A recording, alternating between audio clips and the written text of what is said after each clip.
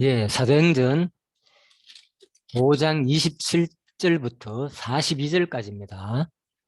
자, 우리는 지금 사도행전을 통해서 교회가 설립되는 내용을 살피고 있습니다. 사도행전 1장 8절처럼 여기 오른쪽 위에 있는 것처럼요. 예루살렘과 온 유대와 사마리아와 땅 끝까지 이르러 내 정이 된다는 이 구절 내용대로 그대로 바로 예루살렘 부분이죠. 바로 그리고 사마리아 그리고 땅 끝까지. 자, 예루살렘과 온 유대 부분이 바로 성경 내용이 어딘가 하면 1장부터 7장까지 나오고요. 네, 사마리아 부분이 바로 이제 8장에 이어집니다. 그리고 땅 끝까지 내용은 바로 9장부터 결국은 28장까지 이렇게 이루어졌다. 자, 사도행전 1장 8절 중심으로 이렇게 구조를 잡아보면 이렇게 세 단락으로 나눌 수도 있겠습니다. 그냥 참고하시고요. 그래서 바로 유대와 사마리아와 땅 끝까지 오른쪽에서 1, 2, 3 계속 왼쪽으로 복음이 이제 전거되는 내용이다. 자, 이렇게 보시면 되겠습니다. 동에서 서쪽으로. 자,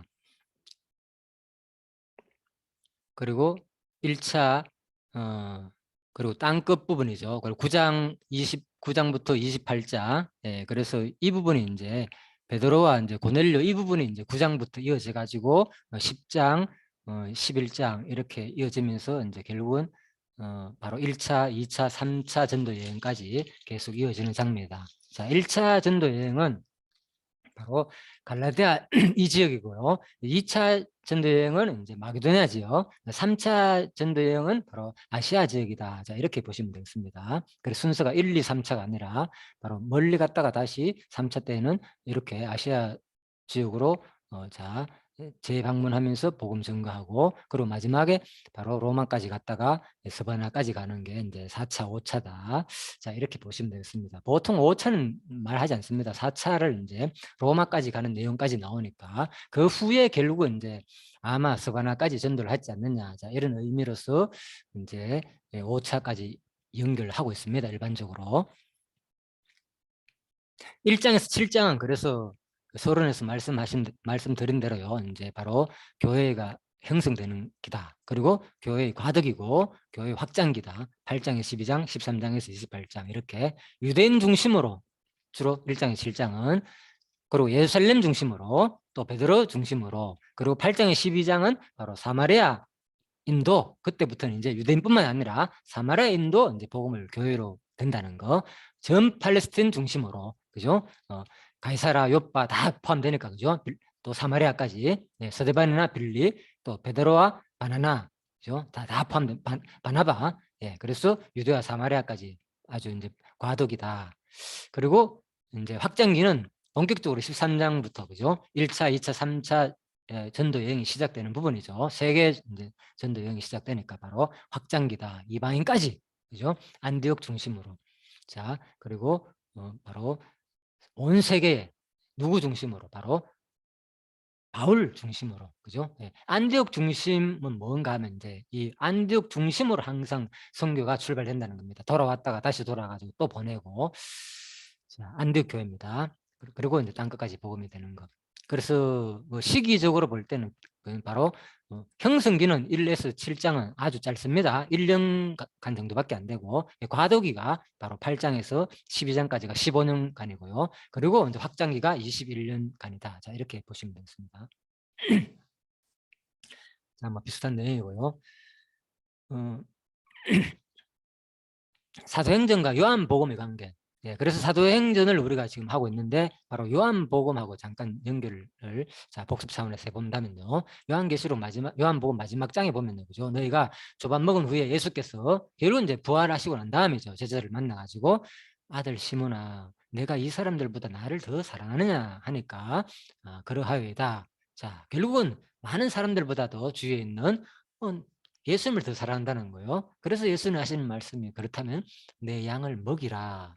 자, 그 다음에 또 두 번째 요한의 아들 시몬아 내가 나를 사랑하느냐 하니까 이번에는 내 양을 치라. 자, 이번엔 이 사람들보다 얘기는 빠졌죠. 네가 그냥 나를 사랑하느냐 하니까 이번 또 먹이라 아니고 이번은 뭡니까? 내 양을 치라. 자, 그리고 또 세 번째 요한의 아들 시몬아 내가 나를 사랑하느냐 하니까 예수님 잘 알고 계시지 않습니까? 자, 이래 말하면서 바로 그렇다면 뭐 내 양을 다시 먹이라. 자, 그래서 예수님이 바로 시몬 베드로한테 한 말은 마지막 부활 성천하시기 전에 마지막 하신 말씀 뭐냐? 바로 양을 먹이는 것은 뭡니까? 결국은 말씀을 이제 전한다는 거죠. 예. 뭐 어린 양, 지금 우리 이제 성도들 말하는 거니까. 그 다음에 양을 치는 것은 말씀만 가르치는 게 아니고 그들을 돌봐라는 거예요. 같이 돌보면서 증거해야 된다. 그래서 교회라는 것은 말씀만 있으면 안 된다는 거죠. 반드시 뭡니까? 돌봄이 있어야 되고 주변 사람들과의 관계를 통하여서, 그죠? 그들을 가난한 자를 돌보고 이웃을 돌아보면서, 그죠? 형제들을 돌아보면서 교제를 통해서, 그죠? 교회라는 것은 반드시 뭡니까? 그래서 말씀, 교제, 찬양, 항상 이 보통 예배의 삼요소라 이렇게 말하잖아요, 그죠? 똑같습니다. 바로 예수님이 가르치는 것이 바로 말씀과 교제, 그죠? 찬양 다 포함되는 거죠. 양을 치라는 말 속에서는. 자, 자 넘어가 보겠습니다. 자, 그래서 27절부터 마지막 42절까지 5장 마무리하겠습니다. 그들을 이끌어다가 공회 앞에 서오니 대제사장이 이르되 우리가 이 이름으로 사람을 가르치지 말라고 언금하였는데 왜 지금 계속 가르치냐? 그래서 너희가 너희 가르침을 예루살렘에 가득하게 하니 이 사람의 피를 우리에게로 돌리고자 함이로다. 자, 공에서 이제 베드로를 통해 가지고 자 이제 얘기를 하는데 왜 이 이름을 가지고 자, 지금 제가 착각을 했습니다. 자, 베드로와 이제 사도들이 대답하여 사람보다 혼자가 아니죠. 지금 그림이 이제 혼자 주로 나오니까 베드로와 함께 이제 사도들이 같이 좀 여러 명 있다고 봐야 되겠죠. 사도들이니까 그죠. 자, 그래서 뭐 아무튼 일단 베드로 두 사람 이상이다. 우리가 이 이름으로 사람을 가르치지 말라고. 이 이름이 뭡니까? 예수를 말하는 거죠. 그래서 바로 여기 이제 주석에 이렇게 표현했죠. 예수라는 이름을 말하지 않는 것은 그 사람의 이름을 입에 올리는 것조차 꺼려야 하는 것이며 그 사람을 몹시 경멸하고 있음을 나타내는 것이다. 그래서 이 사람의 피를 우리에게 돌리고자 함이로다. 왜 자꾸 그죠? 예수를 가르치느냐? 그래서 이 사람 피 결국은 우리가 예수 찍었다는 거 아니냐? 이런 식으로 표현하는 거죠.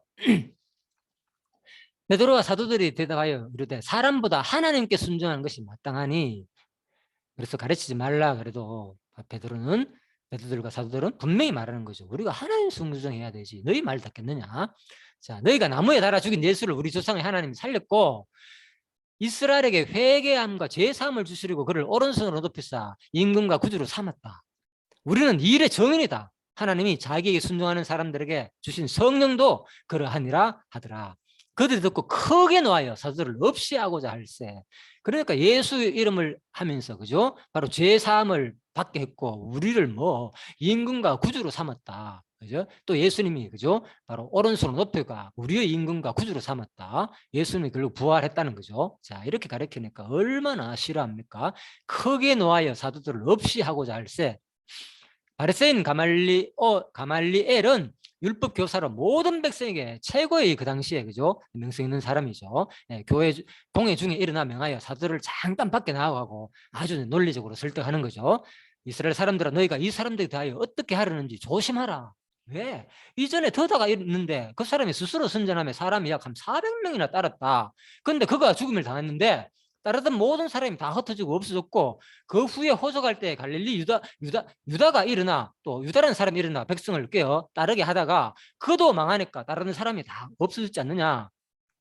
이제 내가 너에게 말하는데 이 사람들을 상관하지 말고 그냥 내버려 두라. 왜 그러하면 이 사상과 이 소행이 사람으로부터 났다면 무너질 것이고 만일 하나님께로부터 났다면 너희가 그들을 오히려 무너뜨릴 수 없겠고 도리어 하나님을 대적하는 자가 되는 것이 아니겠느냐. 자, 이렇게 말한 거예요. 그래서 바로 그들이 옳게 여겼고 가말리엘 말을 듣고 상당히 논리적이구나 옳다 여기 가지고 사도를 불러가지고 그냥 안 보내주고 뭡니까? 또 채찍질까지 하죠. 참 인간들은 힘이 있으면 이런 행태를 하게 됐습니다. 채찍질을 하며 예수 이름으로 말하는 것을 금하고 놓으니 사도들은 그 이름을 위하여 능력 받는 일에 합당한 자로 여기심을 기뻐하면서 공의 앞을 떠나니라. 자, 놀랍죠? 이렇게 채찍질을 당하면서까지도 사도들은 바로 성령이 지금 충만하니까 그 이름을 위하여, 예수의 이름을 위하여 능력 받는 일에 합당한 자로 여기심을 기뻐하면서, 예수 이름을 위하여 고난받는 일이 뭡니까? 너무 당연한 일이고 또 기뻐했다는 거예요. 참 놀랍죠. 그래서 저도 참 너무나도 이 모습을 볼 때 많이 반성됩니다. 그들이 날마다 성전에 있든지 집에 있든지 예수는 그리스도라 가르치기와 전도하기를 그치지 아니하느라. 자, 그래서 결국 풀려나가 뭐 했다는 겁니까? 계속 성전에 있든지 집에 있든지 끊임없이 예수는 그리스도다. 우리의 구원자는 누구냐? 구약에서 선지자, 왕, 제사장 전부 누구 얘기냐? 우리를 구원하시러 오실 예수를 모형적으로 다 연한 내용들이다. 이거를 바로 끊임없이 그치지 않고 가르쳤다. 자, 그렇게 이해하시면 되겠습니다. 자, 여기까지입니다. 42절까지. 그래서 바로 첫째 시간에는 이렇게 간단하게 바로 그 당시에 얼마나 베드로와 사도들이 말씀을 전하면서 이렇게 어려운 가운데서 전했지만 당당하게, 자, 말씀을 사람의 말에 순종하는 것이 낫겠느냐, 하나님 말에 순종하시 낫겠느냐 하면서 그대로 진리의 말씀을, 성경 내용을 어김없이 그대로 전달하는 바로 사도들의 모습을 보았습니다. 끊임없이 이 공부를 통해서 참으로 우리가 이 시대에 어떻게 말씀을 전하고 어떻게 또 말씀을 받고 또 어떤 상황 속에서 교회가 또 번성할 수 있다는 것을 우리가 살펴보는 그 시간이 되었으면 하는 바람으로 첫째 시간은 마치도록 하겠습니다. 예, 수고하셨습니다.